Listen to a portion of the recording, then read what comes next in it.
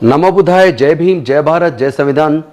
जोहार साथियों, आप सब जानते हैं महाबोधि महाविहार, जिसका आंदोलन, जिसकी मुक्ति का आंदोलन 12 फरवरी 2025 से लगातार बौद्ध गया में चल रहा था। उस आंदोलन को कुचलने के लिए बिहार के शासन ने,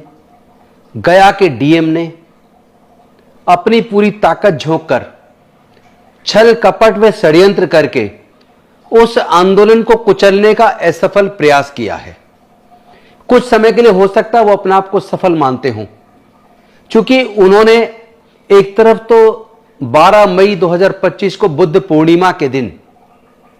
बिहार के राज्यपाल आरिफ मोहम्मद खान, शायद आरिफ मोहम्मद खान को सच्चाई ना पता रही हो, उनको गुमराह किया हो, लेकिन बिहार के डीएम, बीटीएमसी के सभी मेंबर, वहां के कमिश्नर, वहां के पुलिस अधिकारी, कम से कम वो सब लोग इस सच्चाई को जानते हैं कि महाबोधि महाविहार वो स्थान है बौद्धों का, वो पवित्र स्थान है, उसमें पूरे दुनिया के बौद्धों की आस्था है, जहां तथागत बुद्ध को संबोधि प्राप्त हुई थी।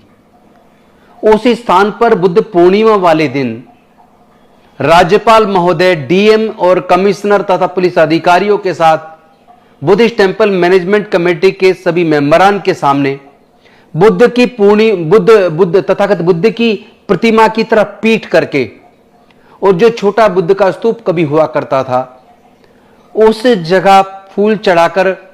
ब्राह्मणों के द्वारा मंत्रोच्चारण से उसको तथाकथित शिवलिंग दर्शाते हुए पूजा अर्चना करते हैं, और वो भी बुद्ध पूर्णिमा वाले दिन। तो ये कृत्य कहीं ना कहीं दो धर्मों के बीच वैमनस्य पैदा करने वाला है। कहीं ना कहीं यह कृत्य पूरे दुनिया के बौद्धों की आस्था पर हमला करने वाला है, ताकि बौद्ध लोग भड़क जाएं और दो धर्मों के बीच में युद्ध जैसी स्थिति हो जाए और शांति, देश की शांति को नुकसान पहुंचे। तो आखिर देश में शांति भंग करने का यह प्रयास बिहार के शासन ने क्यों किया?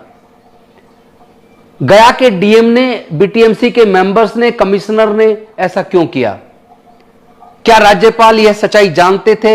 या वो षड्यंत्र में शामिल थे? क्या बिहार की पूरी सरकार षड्यंत्र में शामिल थी? ये तो एक जांच का विषय है, लेकिन दुख की बात यह, इस मुद्दे पर अभी तक कोई जांच हुई नहीं है। बिहार की शासन उस पर कोई कार्रवाई कर ही नहीं रहा है। उल्टे उसके अगले दिन 13 तारीख को कुछ गुंडे महाबोधि महाविहार में गए और जय श्री राम का नारा लगाने लगे। महाराष्ट्र के कुछ बौद्ध लोगों ने जय भीम का नारा लगाया, तो उन्होंने उनके साथ मार पिटाई की, एक भिखुणी की पिटाई की, और उल्टा जय श्री राम का नारा लगाकर दंगे करने की कोशिश करने वालों के खिलाफ पुलिस प्रशासन ने, गया के प्रशासन ने कोई कार्रवाई नहीं की। लेकिन वहां शांति स्थापित करने के लिए और महाराष्ट्र के उन लोगों को, भिक्षुणी को बचाने के लिए जब सूचना मिलने पर भंते विनाचार्य गए, तो उल्टे भंते विनाचार्य जी के खिलाफ जान से मारने की कोशिश, दंगे भड़काना, अनलॉफुल असेंबल होना, चोट पहुंचाना, धमकी देना, न जाने कितने प्रकार के फर्जी धाराएं लगाकर झूठा मुकदमा दर्ज करके भंते विनाचार्य जी को जेल भेज दिया। तो बिहार का प्रशासन, गया का शासन अगर समझता है कि यह कृत्य कोई बहुत बलशाली वाला कृत्य है, बहुत ताकतवर बुद्धिमत्ता वाला कृत्य है, तो यह गलतफहमी बिहार की सरकार की और गया के प्रशासन की है। इस गंभीर मुद्दे पर गया के डीएम को तुरंत बर्खास्त कर देना चाहिए, और जांच करके अगर राज्यपाल दोषी पाते हैं तो उन्हें उनके पद से हटा दिया जाना चाहिए, और जो जो अधिकारी कर्मचारी इसमें शामिल रहे हैं उनको, उनके खिलाफ भी कार्रवाई होनी चाहिए, क्योंकि ये पूरे दुनिया का बौद्धों का अपमान किया है, उनकी आस्था को कुठाराघात किया है, और कहीं ना कहीं दो धर्मों के बीच में युद्ध जैसी स्थिति, दंगे जैसी स्थिति पैदा करने की कोशिश बिहार के शासन ने और उपरोक्त लोगों ने की है। तो साथियों, इस घटना के खिलाफ, भंते विनाचार्य जी को झूठे मुकदमे बनाकर जेल डालने के खिलाफ,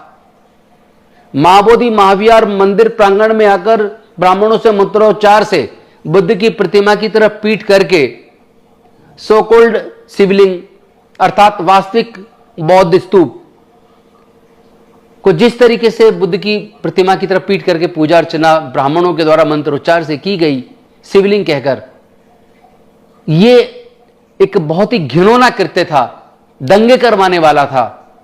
बौद्धों की आस्था को ठेस पहुंचाने वाला था। इसकी हम घोर निंदा करते हैं और इसके खिलाफ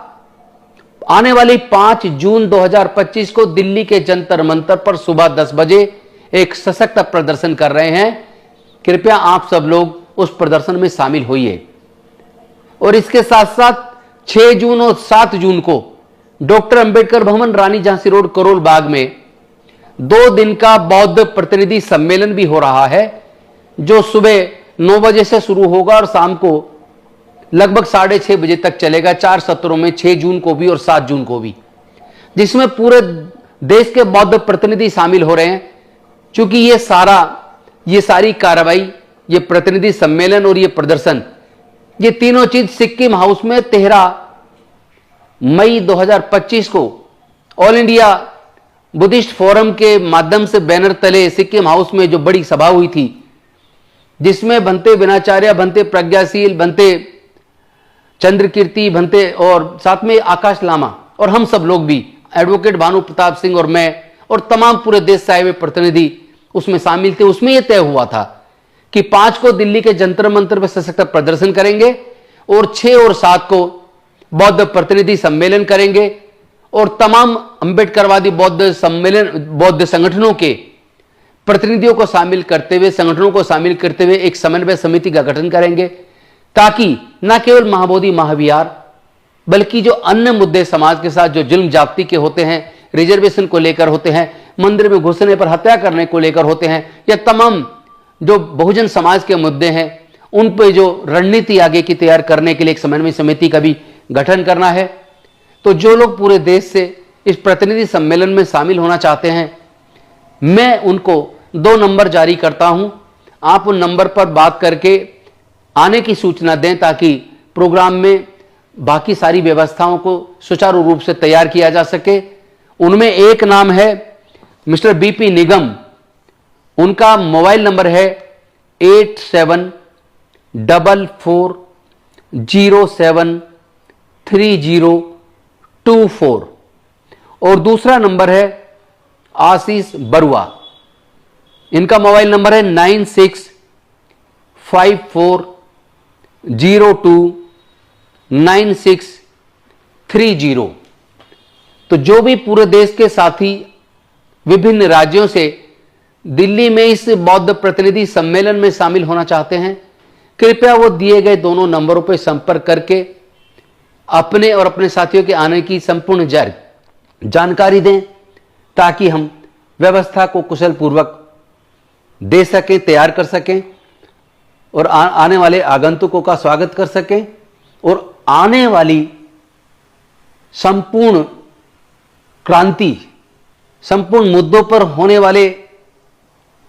संगठन के आंदोलन, उसकी तैयारी की रूपरेखा तैयार कर सकें। उसमें आप लोग प्लीज बढ़ चढ़ के आइए। बहुत धन्यवाद। नमो बुद्धाय। जय भीम, जय भारत, जय संविधान, जोहार।